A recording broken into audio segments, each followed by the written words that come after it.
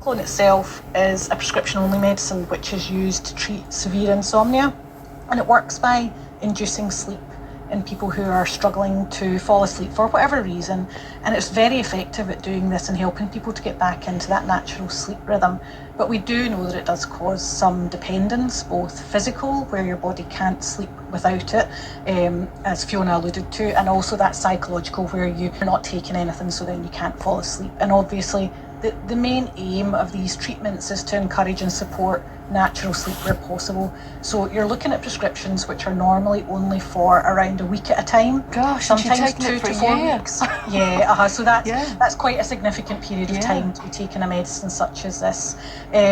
When used appropriately, it can be a really valuable medicine to support patients to get that good night's sleep, which, as Fiona said as well, makes everyone feel better and to get back into that natural sleep pattern. And when used like that, it won't cause that dependence, but that is a risk when, as Fiona did, you're taking it for those extended periods of time. She talked about withdrawal symptoms. What are they usually? Yeah, so the withdrawal symptoms will come about with that long-term use, and they can include things like that rebound insomnia. So as soon as you stop taking it, you literally cannot sleep. And again, that's the sort of psychological and both the physical dependence on those tablets. You can also feel some anxiety during the day, and that's again, related to that, am I going to sleep tonight? Am I not going to sleep tonight? Just the lack of sleep itself. Those feelings of agitation, and a lot of people feel quite nauseous when they stop taking them. But I suppose what we also are aware of is that long-term use. You have that tolerance where you have to sort of take more to get the same effect, so it's a vicious cycle. And also that dependence, where you do have that sort of long period of time that's needed to try and come off those medicines in a really, and the most effective ways, in a really supported way.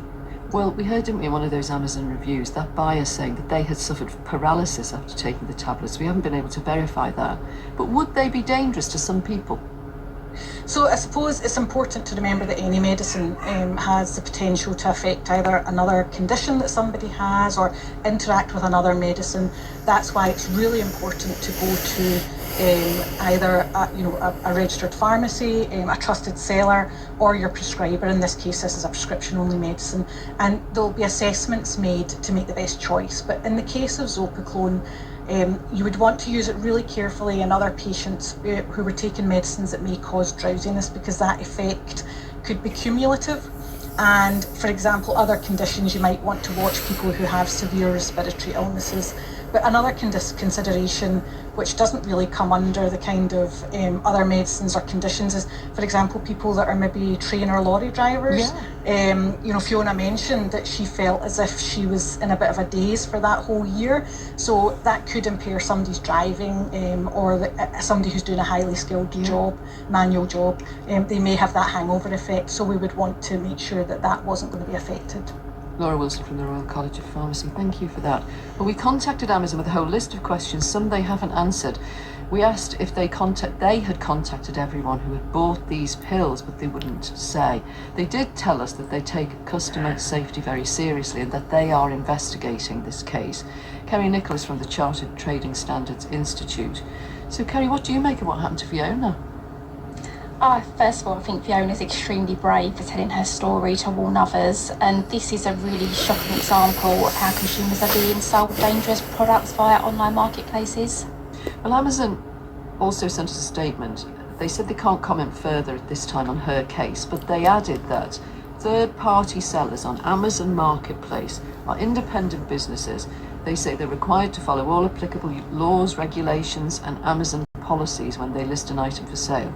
And they say that there are proactive measures in place to prevent prohibited products from ever being listed, and that those who violate these policies are subject to action, including potentially their account being removed. These pills have now been removed from sale. Kerry, has Amazon breached any consumer laws here then? Yeah, I want to be clear here that it's not Amazon that have directly misled a consumer in relation to this particular product and misdescribing of it. But the failing from them is that they've not done anywhere near enough due diligence to ensure that they've checked out the seller, they've checked out that the safety of the products they're selling, they've checked out that they're legitimate, that they contain what they say they contain on the packaging and on the listing. And at the end of the day, they are selling these products on their website directly to consumers. Most shoppers wouldn't distinguish, would they, between buying something from Amazon and buying from Amazon Marketplace, because they're so integrated when you shop.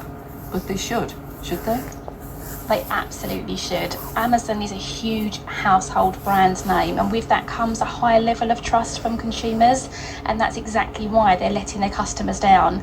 They're essentially a technology company, and they should be using that tech to carry out better checks to better protect consumers from harm, and they need to ensure that all products sold on their site are safe. Consumer protection, if you were buying from Amazon as opposed to Amazon Marketplace, it would be better. Yes, it would. You'd have a course of justice. You could go direct to Amazon and there's protections that are in place. But because a lot of these third-party sellers are based overseas, there's, as Fiona has found, there's very little that can be done to seek any justice at all. Some of those reviews we heard warning others that these so-called herbal sleeping tablets were in fact this powerful sleeping pill, Zopiclone. They were put there in August of last year.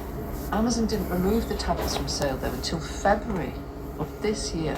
What do you make of that? It's simply not good enough. They need to act far quicker than they do. They give enforcement agencies like Trading Standards, probably the MHRA and the government all the assurances that they will and they do act quickly, but the evidence and examples that we have just don't match up. They don't do enough to support that. The government says it wants to bring online marketplaces in line with bricks and mortar shops when it comes to consumer protections, and it's been consulting on new legislation. What is the thinking behind it? So there is a new act. It's the Product Regulation and Metrology Act, which is secondary legislation that's currently under consultation for. But that act is designed to deal with general product safety issues such as electrical products, cosmetics and toys. And we've been calling on the government to ensure that online marketplaces like Amazon are responsible for the safety of all products sold on their platform, whether that's directly from them or third-party seller. But in this case, sadly, supplements fall outside of the remit of that act. So what we need to see the government departments working together to tackle the issues posed by online marketplaces, because every single department will be battling with them over something.